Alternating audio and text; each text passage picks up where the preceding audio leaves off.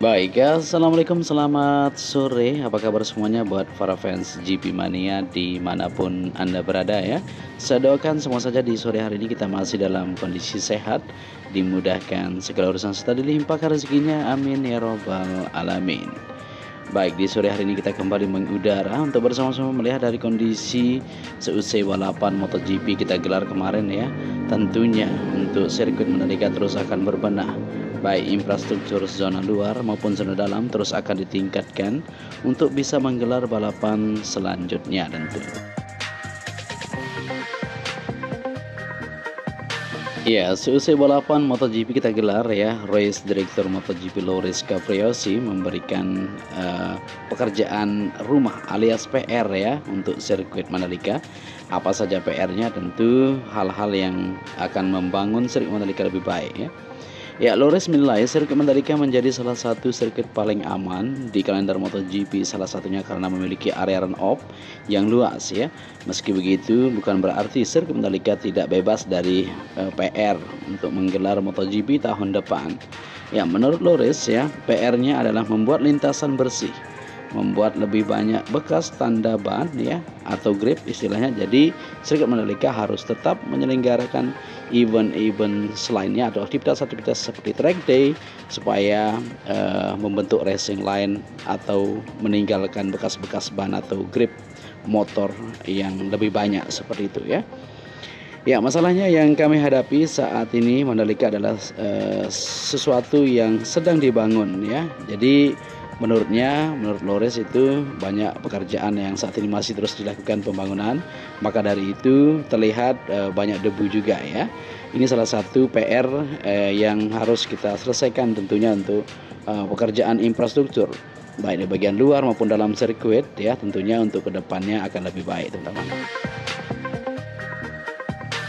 Ya, Pak Loris Capriosi menilai pengelola sirkuit Mandalika sudah cukup baik ya. Mereka melakukan pekerjaan dengan sangat maksimal ya ketika hari tiba atau balapan sebelum dimulai track sudah bersih, ujarannya seperti itu.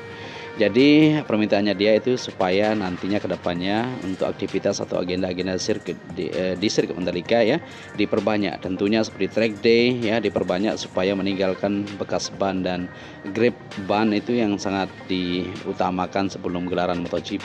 Seperti itu teman-teman. Baik, di sini kita lanjut untuk melihat kondisi di sore hari ini. Di belakang pedok masih sibuk ya para pekerja untuk membersihkan di bagian fasilitas yang digunakan kemarin untuk gelaran MotoGP, baik seperti spanduk maupun papan-papan yang ada ya. Begitu juga untuk pengerjaan-pengerjaan lainnya terus dibereskan supaya siap nantinya untuk lanjut pengerjaan ya di bagian infrastruktur dalam sirkuit Mandalika supaya lebih cantik ke depannya teman-teman. Ya, seperti yang kita lihat juga untuk PLN Zero dan Time, konsepnya sangat bagus sekali. Pak Erik juga mengapresiasi ya untuk PLN yang menyuplai kelistrikan di sirkuit Mandalika, tentunya menggunakan trafo genset yang ada di sini. Semuanya masih ada di sini teman-teman, nanti akan diangkut tentunya ya. Dan dengan adanya kelistrikan yang konsepnya Zero dan Time, maka terlaksana dengan semaksimal kemarin untuk gelaran MotoGP, luar biasa sekali. Jadi kita bisa menyaksikan bersama-sama baik di layar maupun di live streaming yang dilakukan oleh Trans 7 ya untuk gelaran MotoGP di sirkuit Mandalika. Ya, dan aktivitas terus diselenggarakan di sirkuit Mandalika, di mana pada sore hari ini kita juga bisa melihat ya mobil-mobil sport sedang uji track atau test drive di sirkuit Mandalika ya. Begitu juga dari kemarin untuk mobil Radical SR3 XXR yang menguji track Mandalika.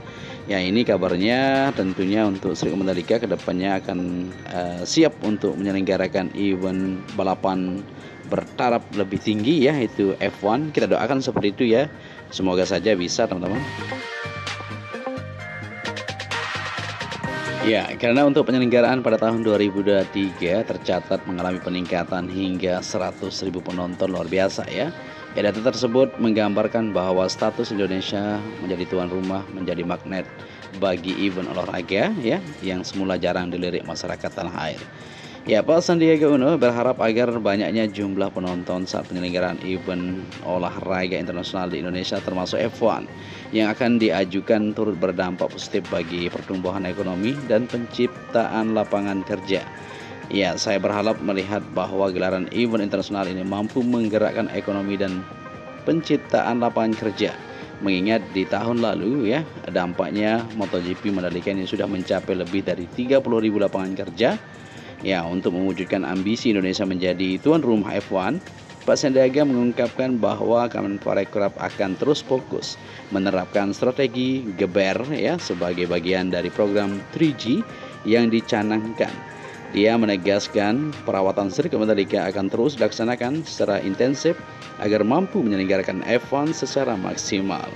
Ya, tak hanya sekedar menyiapkan sirkuit Mandalika ya untuk mendapatkan sertifikat dari Federasi Automobil Internasional FIA, pihaknya juga akan terus menyiapkan agar KIK Mandalika dikembangkan demi menunjang kesuksesan penyelenggaraan F1 di Indonesia, ujarnya.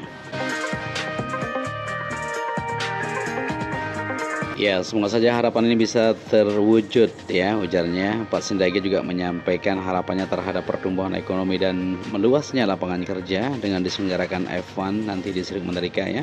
Semoga dengan banyaknya gelaran event-event berskala internasional yang diselenggarakan di Indonesia, lapangan pekerjaan juga makin terbuka luas. Pertumbuhan ekonomi juga bisa melesat di kawasan sekitar Mandalika. Baik, di sini kita lanjut untuk melihat di bagian zona tengah ya, di mana infrastruktur lainnya terus akan dikerjakan tentunya dalam beberapa minggu ke depan ya. Kita akan terus update untuk melihat dari aktivitas pengerjaan yang akan terus dilakukan di sirkuit Mandalika, baik di zona tengah ini ya maupun di bagian sisi luar yang ada di sirkuit Mandalika, teman-teman. Ya, untuk tribun ya kita berharap nanti ada upgradean selanjutnya, baik tribun-tribun yang ada di sisi zona I, H seperti itu ya, maupun F, G, C dan sebagainya akan ada atap supaya lebih nyaman untuk para penonton. Kita harap seperti itu ya. Tapi memang sudah dibedakan teman-teman ya, beda kelas seperti itu. Jadi kalau mau menonton tempat yang teduh bisa membeli standar premium grandstand seperti itu ya. Kalau yang biasa grandstand, karena di luar negeri juga seperti itu ya konsepnya. Tapi memang kita ini tidak menutupi kemungkinan karena kita ini daerah tropis, jadi kita harap nanti ada upgradean terbaru yang terus akan kita bagikan buat teman-teman semuanya. Ya, dimana saat ini untuk pengerjaan di sirkuit Mandalika belum ada, kita lihat di sini ya, karena memang akan lanjut nantinya setelah libur panjang sedikit ya. Selesai kemarin kita gelar balapan yang sangat spektakuler tentunya yang kita tunggu. Jadi kita rest sedikit ya, nantinya akan lanjut untuk aktivitas pengerjaan baik di sisi timur, area yang ada di sana untuk parkir area maupun pembersihan akan terus dilakukan di kawasan Mandalika. Oke, dan di sini kita akan lihat juga di Bukit 360 maupun keindahan karena sirkuit ini berada di tepi pantai, luar biasa teman-teman ya. Saat ini kita lagi menunggu juga investor yang akan berinvestasi di kawasan Mandalika supaya lebih banyak akomodasi yang ada ya, supaya para penonton nanti terpenuhi ya kebutuhannya dan kenyamanan maupun keamanannya seperti itu. Oke, dan sampai di sini saya John Ahmad mengucapkan matur tampiasih ya. Salam anak Lombok tentunya, tetap stay tune, tetap simak video ini.